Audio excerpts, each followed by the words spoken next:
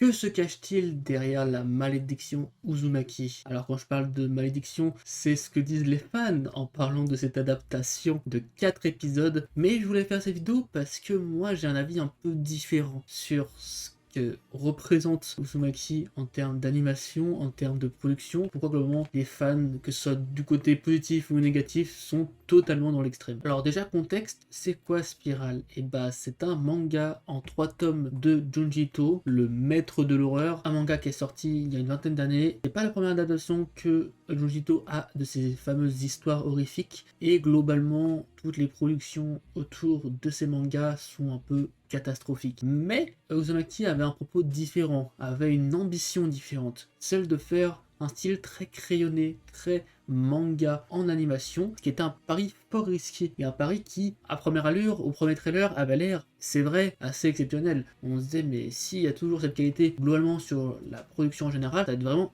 très intéressant d'avoir vraiment ce style très crayonné mais animé à la main qui rend le truc totalement unique en fait. Mais le problème c'est que cette adaptation ne s'est pas passée comme prévu, et ça me fait penser à un autre animé bah voilà, qui a eu beaucoup de retard, c'était Pluto. Mais Pluto qui a eu au final, malgré quelques divergences sur certains cuts qui avaient été voilà, transformés par les réalisateurs, etc., il y a fait un bon bordel autour de cet anime, mais le résultat était clean. Là, Uzumaki, c'est compliqué. Et voilà, je vais essayer de dire pour expliquer pourquoi ça s'est déroulé comme ça, et surtout, essayer de comprendre pourquoi des gens disent que l'épisode 1 est incroyable par rapport à l'épisode 2 qui serait genre un des plus gros downfalls de la Japanimation. Alors oui, il y a un downfall, mais l'épisode 1 est pas si bien que ça. Bref, on va déjà parler du contexte de pourquoi cet animé est tout simplement mal réussi. Il y a beaucoup de problèmes globalement, un peu des scènes un peu off, ou des trucs un peu bizarres avec des PNJ qui tombent dans l'épisode 4, le fameux. Mais l'épisode 4 d'ailleurs qui est le meilleur selon moi. Mais c'est vrai qu'il y a des passages dans Uzumaki où on sent que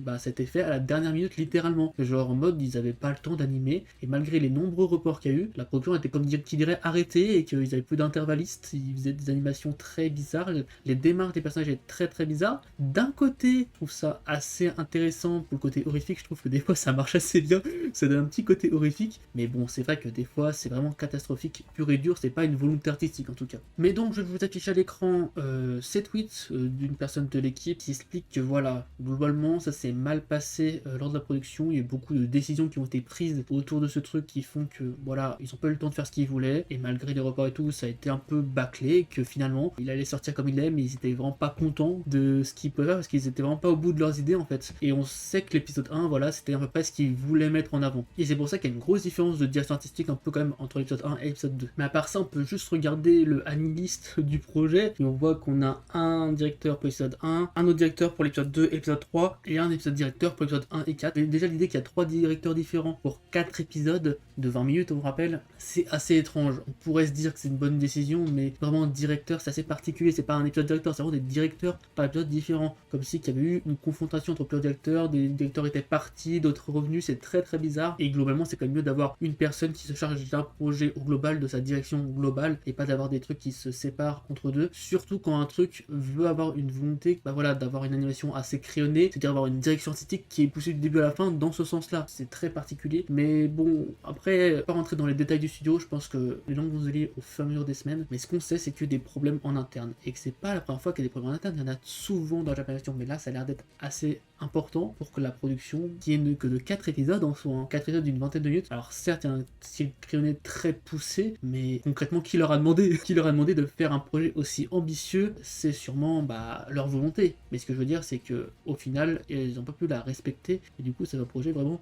en 2 mesures, avec une très bonne idée de base qui est de faire un truc crayonné, une animation vraiment très poussée qui amplifie vraiment le côté, on va dire, horrifique, mais de l'autre, des modèles en CGI assez moches, des modèles, des PNJ à certains moments. Je pense qu'il aurait fallu encore 2 ou 3 ans pour faire ce projet finalement, et que voilà, ils avaient peut-être pas le temps, pas l'argent. Mais aussi, je voulais revenir sur le fait qu'en fait, les 2 studios qui s'occupent de ça, c'est pas des bons studios de base. On parle du studio Akatsuki qui a fait aussi une Complexi que j'avais commencé vite fait, mais qui avait l'air un peu catastrophique, mais dans le domaine de l'horreur, et Tribe 9, une production assez moyenne que j'avais commencé, j'avais bien aimé l'animé pour son histoire, mais voilà, aucun rapport avec Uzumaki en termes de DA. Donc bon, après évidemment, un studio ça veut rien dire, mais c'est comme un contexte pour la production d'un animé. Et l'autre studio c'est Fugaku qui a fait Dog Signal. Pareil, il suffit de voir les notes sur Analyst pour comprendre que voilà, c'est très très mitigé. Tous les animés en fait de ces deux studios sont voilà à 50% de score moyen, ce qui est vraiment catastrophique hein, pour Analyst, hein, vraiment, hein, c'est dans les bas-fonds. En général, faut pas compter trop sur les notes d'Anis, mais quand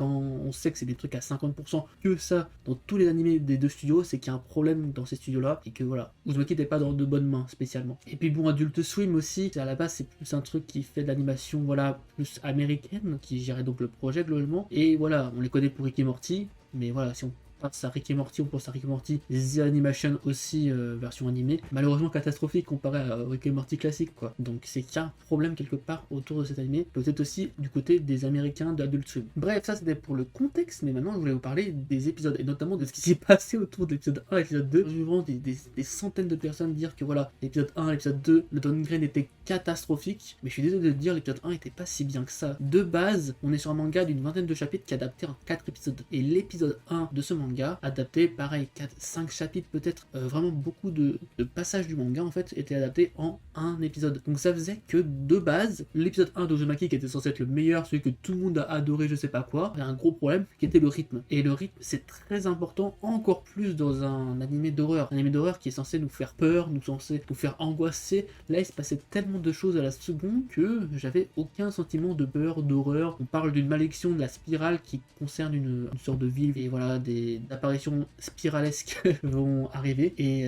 c'est de plus en plus bizarre. Donc voilà, c'est le concept du manga, du début à la fin. C'est vraiment une spirale sans fin, dans tous les sens du terme. Mais en tout cas, cet épisode 1, ce qui était pas bien, c'était voilà ce rythme qui, ça s'est pas amélioré par la suite. Donc je pense que voilà, je pense qu'on aurait pu avoir limite un animé de 12 épisodes, ça aurait été très bien. Le problème c'est que le scénario peut-être ne suivait pas, donc peut-être un truc de 8 épisodes ça aurait été pas mal. Que bon, il se passe, en fait tous les épisodes se basent sur la spirale, il n'y a pas de choses qui se développent à côté. On sait que voilà, les deux personnages principaux sont amoureux, sont ensemble, mais c'est tout quoi. En fait on se concentre que sur un nouveau cas de spirale à chaque fois assez différent, et on n'a jamais voilà de développement particulier sur des personnages. Donc bon, ça doit très bien marché en manga en 3 tomes, mais en animé de base, je trouve que ça fonctionne pas très bien, et encore plus à cause de ce rythme bâclé qui est vraiment catastrophique. Mais du coup, ce que je disais, c'est que, et je comprends pas pourquoi les gens, il y a la masterclass épisode 1 et ils disaient que c'était catastrophique l'épisode 2, c'est que les meilleurs moments de l'épisode 1, c'était du coup quand ce ton se calmait, quand on se concentrait sur des plans fixes, avec limite un effet de wiggle, en fait tout simplement, les moments où on voit vraiment l'animation des spirales quoi. C'était ça qui marchait le mieux, et ça me faisait penser notamment à Angel Eggs, qui est voilà un très bon exemple de ce que pourrait être Uzumaki pour moi, dans sa forme ultime, on va dire, d'animation. Je pense à un plan de 1 minute où il ne se passe rien, mais il y a juste une musique, il y a une ambiance qui est faite, parce qu'il y a un truc qui s'est passé autour de ce plan, et c'est un des plans les plus marquants que j'ai de l'animation, sans animation, quoi. Pareil à ce que fait Uzumaki, ça aurait pu être ça vraiment, qui aurait bien marché, en fait,